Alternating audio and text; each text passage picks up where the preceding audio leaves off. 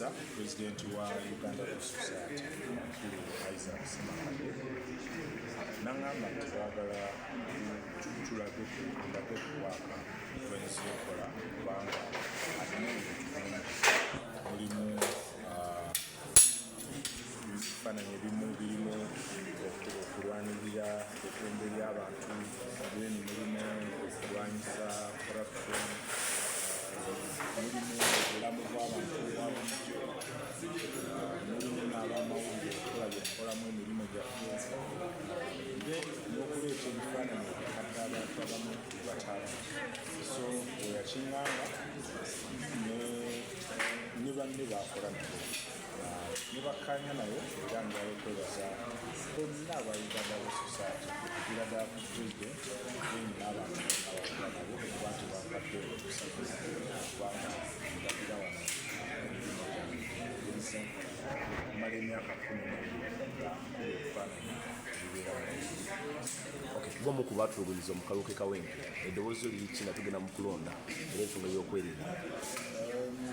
Nga tugenda mu kalulu aka 2026 kintu kiri kimu kye njagala okugamba ababyokwerinda nti tuyinza okuba tukola omulimu gwa njawulo naye ffenna tukolera abantu, so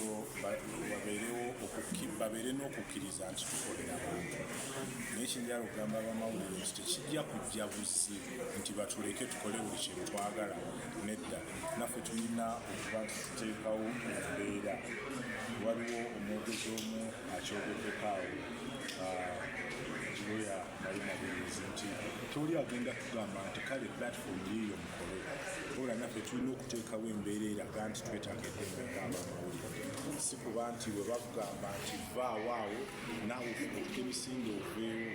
Ojja kugamba ovaawo ng'akuwa ensonga lwaki ovaawo, naye bw'omulaba nga embeera ze zivudde mu muntu kale osobola okuvaawo, naye ng'era ategedde nti mutima si gwe avuddewo, ovuddewo lwa bulamu bwo. So ekyo nange kiyinza okugamba, naye ffenna buli omu yeetaaga munne. Abasecurity batwetaaga, naffe tubeetaaga, ate ffenna tukolera abantu.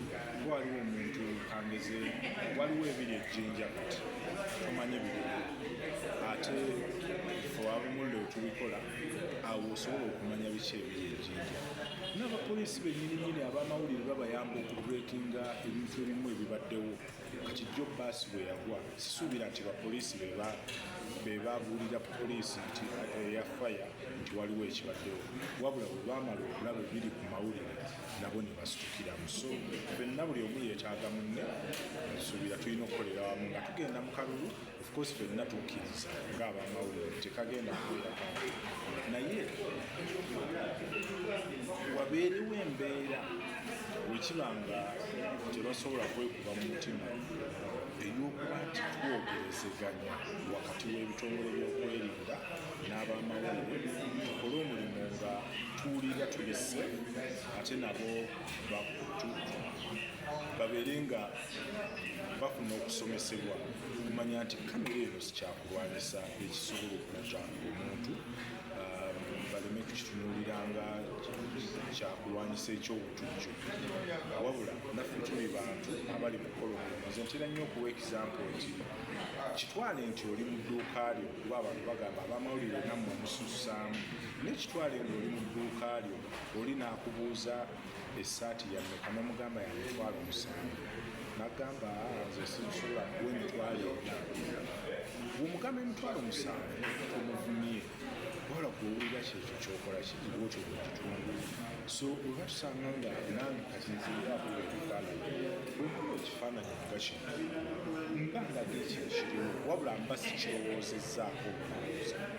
So tubeere n'okukkaanya n'okuwa buli omu okuwaŋŋana ekitiibwa wakati w'amawulire n'ab'ebyokwerinda.